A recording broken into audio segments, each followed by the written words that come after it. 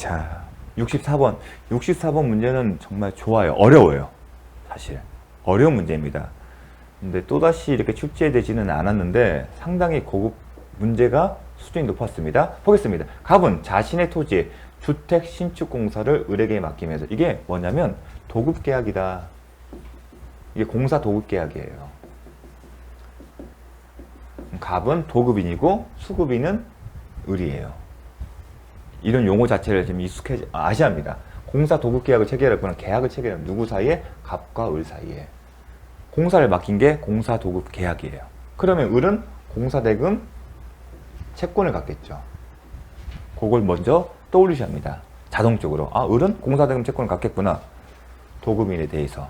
그런데 이게 이제 항상 문제 자체에서 이제 뭔가를 제시합니다. 갑 명의의 보존 등기 후 2개월 내에 공사 대금의 지급과 동시에 주택을 인도받기로 약정했다. 계약에 이런 내용입니다. 공사 대금 지급하고 대신에 공사업자는 목적물을 인도를 해야 돼요. 거기에서 대부분 약정했는데 어떻게 했다? 이게 갑 명의 보존 등기 후 2개월 내에 공사 대금의 지급과 동시에 주택을 인도받게. 통신이니까 동시행 관계다. 공사 대금과 주택을 인도받는 것은 동시행 관계구나. 그리고 동시니까 동시의 관계라는 거죠. 주택 인도와 공사 대금 지급이. 2개월 내가 뭘까요? 2개월 내 공사 대금 지급. 이 의미가 이제 중요한 겁니다. 이거는 공사 대금의 변제 이행기예요. 상당히 어려운 지문입니다. 2개월 내에 이 표현이 뭘 의미하는지를 찾아보는 게, 여기서 먼저 보겠습니다. 자, 2개월 내에 이 표현을 어떻게 볼 건지가 제일 중요한데, 자, 갑 명의 보존 등기예요. 근데 명의는 보존 등기 1월 15일이었어요. 그러면 여기 볼게요. 2016년 1월 15일 후 2개월 내, 자, 소유권 보존 등기 후 2개월 내가 공사대금 지급 약정했다. 이게 무슨 의미인지, 이게 중요합니다. 이거를 해결하면 이 문제를 풀 수가 있어요. 공사대금 채권의 변제기는 언제일까? 어느 시점을 볼지가 이제 쟁점인데, 결론은 2016년 3월 15일로 봐야 합니다. 왜냐면 변제기를 보는 시기가 뭐냐면, 변제기가 들어있음에도 불구하고 이행을 하지 않으면 지연손해금의 문제가 발생하기 때문에 그렇습니다. 그래서 이 질문은 2개월 내 나오면 2개월 후가 변제기 도래구나, 그렇게 이해를 해 주십시오. 그걸 2개월 후니까 3월 15일이 변제기입니다. 그때 공사대금 지급과 주택 인도가 동시행 관계에 있는 겁니다. 그거를 알아야만 풀 수 있는 겁니다. 맞췄으나 을은 현재까지 공사대금을 지급하지 못한 채 점유하고 있다. 갑의 채권자가 이 주택에 대한 강제개매 신청해서 2016년 2월 8일 경매 개시 결정되기가 되었고, 자, 공사대금 채권이니까 유치권이 떠오르시고요. 유치권과 관련해서 경매 개시 결정 등기가 있다면 경매 개시 결정 등기 전에 유치권이 성립된 경우에만 보호를 받고, 경매 개시 결정 등기 이후에 유치권이 발생한 경우에는 보호를 못 받는다는 거, 그걸 떠오르십니다. 그러니까 어려운 문제였던 거예요. 되었고, 2016년 10월 17일 경매 대금을 완납한 병이 을을 상대로 주택의 인도를 청구했다. 주택의 인도를 청구했어요. 그럼 거절할 수 있잖아요. 주택 인도 청구에 거절할 수 있는 권리로서 생각할 수 있는 게 유치권이잖아요. 그걸 묻는 겁니다. 그래서 상당히 어려운 문제입니다. 보겠습니다. 병은 주택에 대한 소유물 반환 청구권을 행사할 수 없다. 자, 소유물 반환 청구권은 소유자이기 때문에, 죄송합니다, 반환을 청구할 수 있어요. 반환을 청구할 수 있지만 213조에 따라서 점유할 권리가 있는 때는 반환을 거부할 수 있어요. 청구는 할 수 있고, 상대방이 반환을 거부했을 때는 거절할 수 있는 거예요. 이 반환 점유할 권리가 이 대표적인 게 뭐죠? 유치권이에요.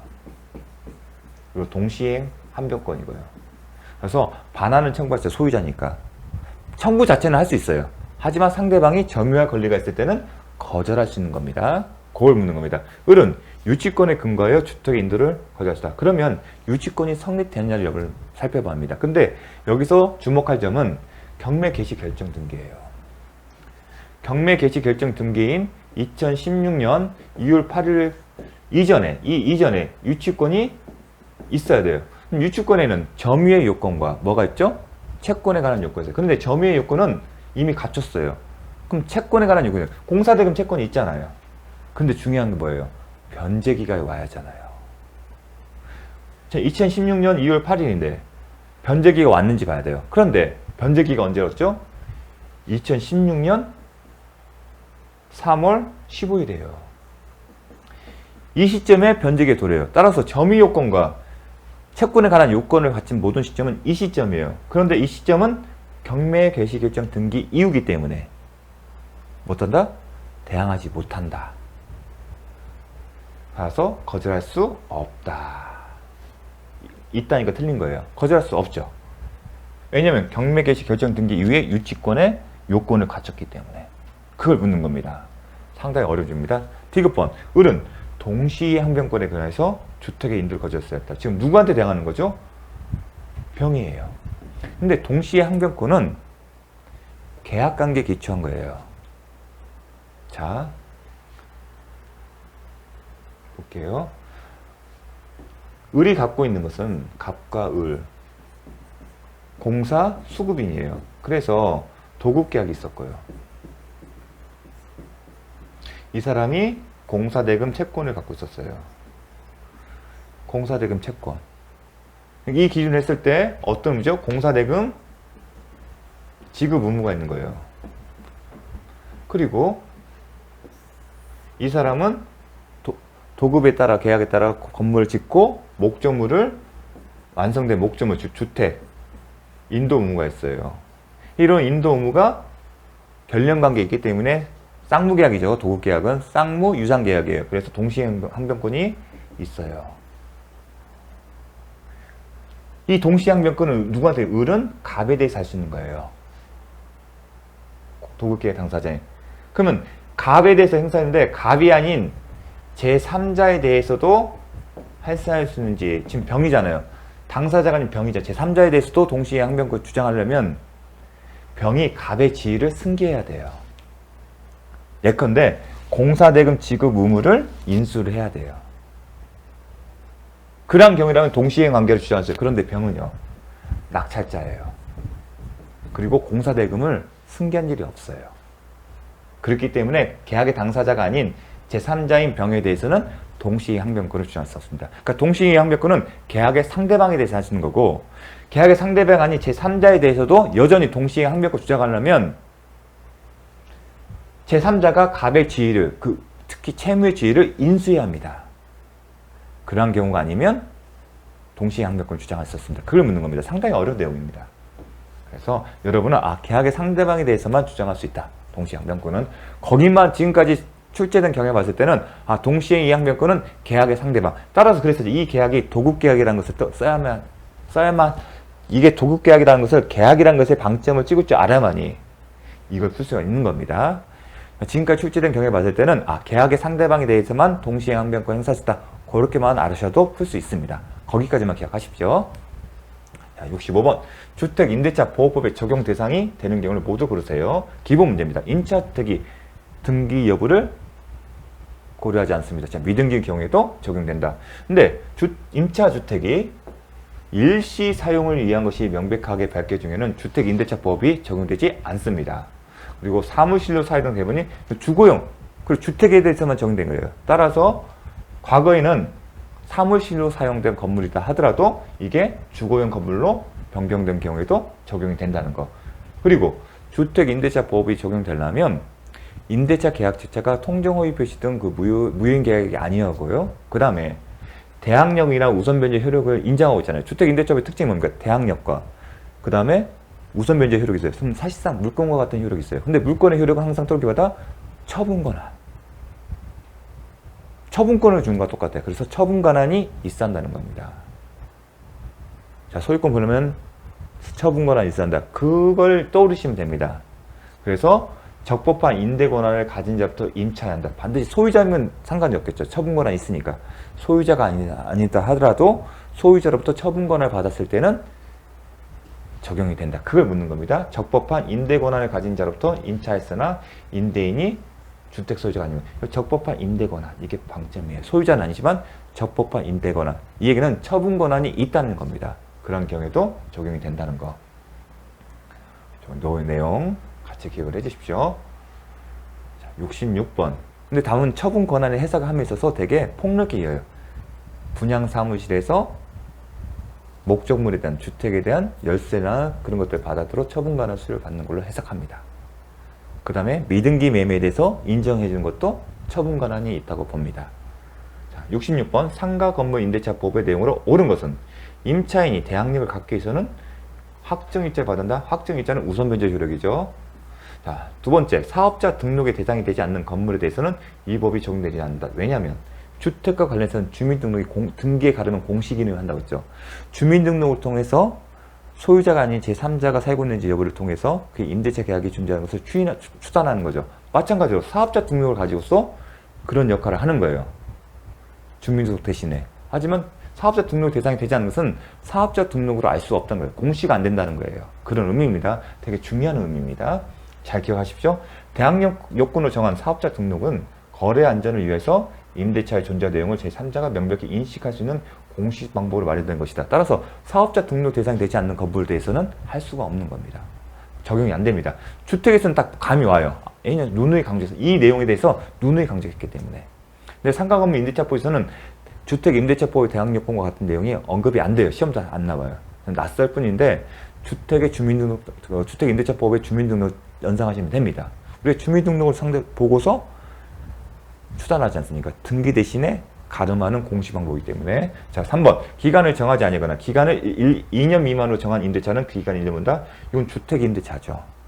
상가 건물 임대차 보면 1년 미만 정한 데는 그 기간을 1년으로 본다. 4번. 전차인의 차임 연체액이 2개의 차임액에 달하는 경우 전대인은 전대차 계약을 해지했다.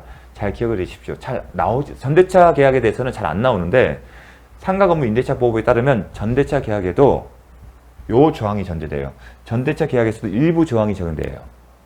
계약갱신 요구권 적용됩니다. 하지만 권리금 해수기의 보호 규정은 적용이 안 돼요. 적용되는 규정 중에 요것도 적용됩니다. 어떤 거? 차임 연체와 계약 해지. 임대차 상가 건물 임대차 계약에 있어서 차임 연체 해지는 뭐죠? 3기예요. 3기 그리고 강행 규정, 편면적 강행 규정이에요. 따라서 이 경우 전대차 계약에서도 이 규정이 적용되기 때문에 2기의 차임이 다른 경우는 해지할 수 없습니다. 자, 임차인의 차임 면책이 2기의 차임액에 다른 경우 임대인은 임대차 계약 해지할 수 없는 것처럼 전대차 계약도 마찬가지다. 그렇게 기억을 해주십시오. 아, 임대차 계약물과 전대차 계약도 3기 이상의 경우만 해지할 수 있다. 그래서 잘 기억을 해주십시오. 5번. 권리금 횟수의 방해로 인한 임차인의 임대인 손해배상 청구권은 방해가 있은 날로부터가 아니라 임대차 종료한 날로부터 3년 이내 행사하지 않으면 시효 완성된다. 소멸시효 완성된다. 이미 방해가 출제된 바 있습니다. 방해가 아니라 종료한 날로부터. 직관적으로 봤을 때 맞는 지문 같아요. 하지만 종료한 날로부터. 자, 67번. 가등기 담보 등에 관한 법률상 채권자가 담보 목적 부동산의 소유권을 취득하기 위하여 채무자에게 실행통지를 할 때 밝히지 않아도 되는 것은 실행통지를 하죠. 청산금 평가액을 통지하지 않습니까? 기본적으로 우리 청산금 평가했고 평가액이 얼마이다. 그건데 이제 구체적으로 밝힌 겁니다. 법조문이에요. 청산금 평가액 답이죠. 통지 당시에 담보 목적 부동산 평가액과 이걸 통합니다. 왜냐면 청산금 평가액은 어떻게 하죠? 통지 당시 담보 목적 부동산 평가액에서 뭘 빼요? 채권액을 빼는 거잖아요. 이게 뭐예요? 청산금이잖아요. 이걸 평가액을 통지할 때 요거와 요것도 해야겠죠. 이 채권액과 관련해서 좀 특징이 뭐냐? 담보 목적이 부동산 둘 이상인 경우에는 각 부동산의 소유권 이전해서 소멸시킨 채권. 이 채권액이 5억이다. 근데 담보 목적 부동산이 A, B, C가 있으면 A로 2억, B로 2억, 1억 이런 식으로 밝혀야 한다. 그리고 청산금 어떤 평가된 것도 그 뜻도 통지하도록 되어 있습니다. 하지만 후순위 담보권자의 피담보 채권액은 통지의 대상이 아닙니다. 왜냐하면 후순위 담보권자의 권리들은 다 소멸하기 때문이었습니다. 반면에 이 채권에게는 선순위는 포함돼요. 선순위는 공제를 해야 합니다. 왜냐하면 선순위 담보권은 소멸되지 않고 전속되기 때문에. 그 차이점은 바로 선순위 저당권은 소멸되지 않고 존속됩니다. 이미 언급됐잖아요. 그렇기 때문에 공제를 해야죠. 자, 그거 기억해 주십시오. 기억하면 선순위, 이 채권에게는 선순위 담보권자의 채권액은 포함이 된다. 기억을 해 주십시오. 68번. 아, 근데 후순위권자는 아니다. 기억을 해 주십시오. 이 채권에게. 왜냐면 후순위 담보권자는 소멸되기 때문에 그렇습니다. 그래서 이 채권에서 공제를 안 한 거예요. 68번. 집합 건물의 소유 및 관리에 관한 법률 내용으로 틀린 것은, 여기는 기본적인 건 개념이 나온 겁니다. 전위 부분은 아파트. 이제 집합 건물을 하게 되면 아파트 생각하세요. 내가 살고 있는 거 101호, 102호. 그게 전위 부분이고 나머지 복도, 계단이 공용 부분이에요. 그리고 전위 부분에는 뭐예요? 구분 소유권의 목적이. 이게 구분 소유권 101호에 생각하시면 101호 아파트. 내가 살고 있는 101호가 전위 부분이다. 대지 사용권은 구분 소유자가 전위 부분 101호를 소유하기 위하여 대지에 대해 가지는 권리다. 맞는 질문입니다. 법조문에 나오는 그 해석입니다. 법조문에 이렇게 정해져 있습니다. 3번. 구분 소유자 전원의 동의로 소집된 관리단 집회는 소집 절차에서 통지되지 않은 사항에 대해서도 결의할 수 있다. 이건 좀 암기사항입니다. 법조문에. 근데 자주 나오는 건 아닙니다. 4번. 건물의 시공자가 전유 부분에 대하여 구분 소유자에게 지는 담보 책임의 존속경. 내가 101호에 대해서는 언제부터 담보 책임일까요? 그걸 인도받던 날로부터. 인도한 날로부터요. 그러면 사용 승인은 뭐죠? 공용 부분입니다. 공용 부분은 인도받을 일이 없잖아요. 그래서 사용 승인인 거고, 전유 부분은 우리가 분양사무실에서 받는 겁니다. 열쇠랑 그런 것들. 그게 인도받은 날. 그때부터 담보 책임의 존속 기간이 기산되는 거. 요건 그 이후로 또 몇 번 나왔죠.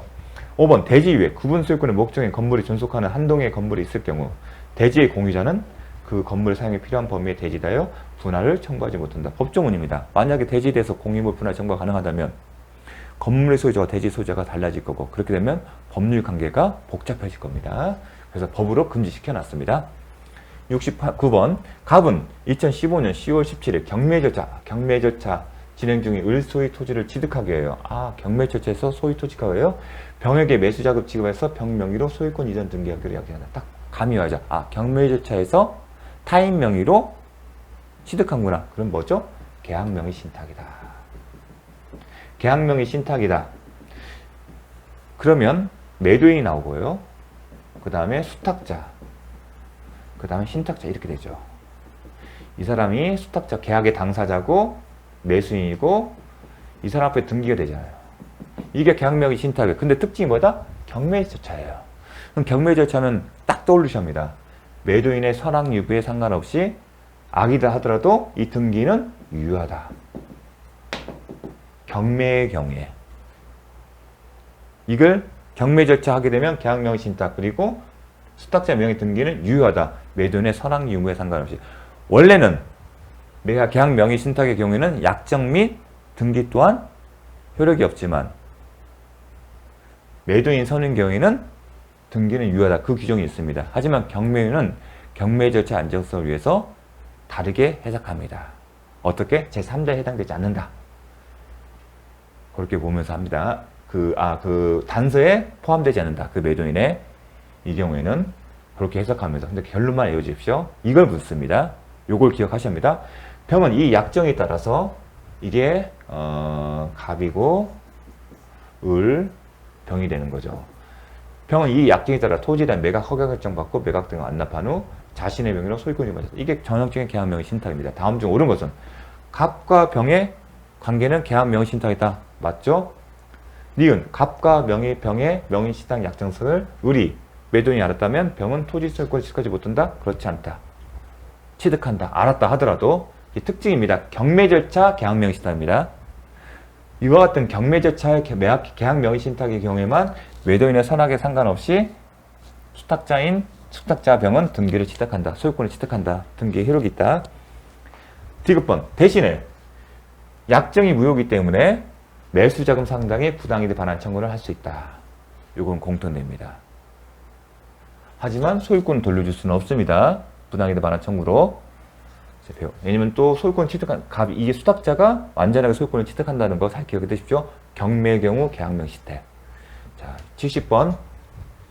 갑과 을의 명의신탁 약정에 따라 을이 병으로부터 건물을 매수한 후 자신의 명의로 등기한 경우 부동산 실권리자 명의 등기에 관한 법률이 적용되는 경우를 모두 고르세요. 자, 갑과 을이 명의신탁 약정에 따라 을이 병으로부터 건물을 매수한 후 자신의 명의로 등기한 경우 적용되는 거예요. 이 이야기는 뭐냐면 지금 갑과 을의 관계가 지금 전혀 드러나지 않았어요. 일단 갑이 탈세 목적으로 명의신탁 약정을 한 경우, 자, 명의신탁 약정을 하는데 예외적으로 유효한 경우에는 부동산 신명법이 적용되지 않죠.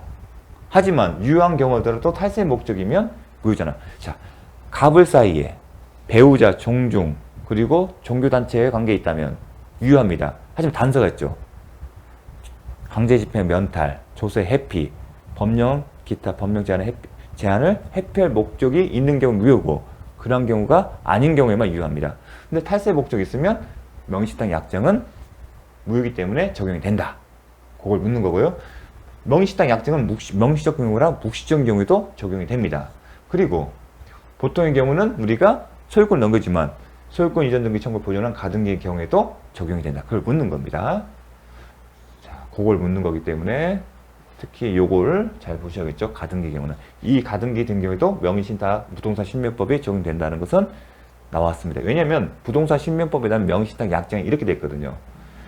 소유권이나 그 밖의 물건을 보유한 자, 등기부상 그 명의자뿐만 아니라 사실상 취득하거나 취득하려는 실익 권리자와 타인과 사이에 대내적으로는 실익 권리자가 부동산의 물건을 보유하고 아니면 보유하게 하고 그에 관한 등기, 가등기도 포함한다. 이 표현 때문에. 요게 낯설기 때문에 간혹 출제가 되는 겁니다. 우리는 대부분 소유권을 전제로 해서 명의신탁 약정을 공부하지만 가등기도 포함이 됩니다. 자, 71번 잠시 쉬었다 하겠습니다.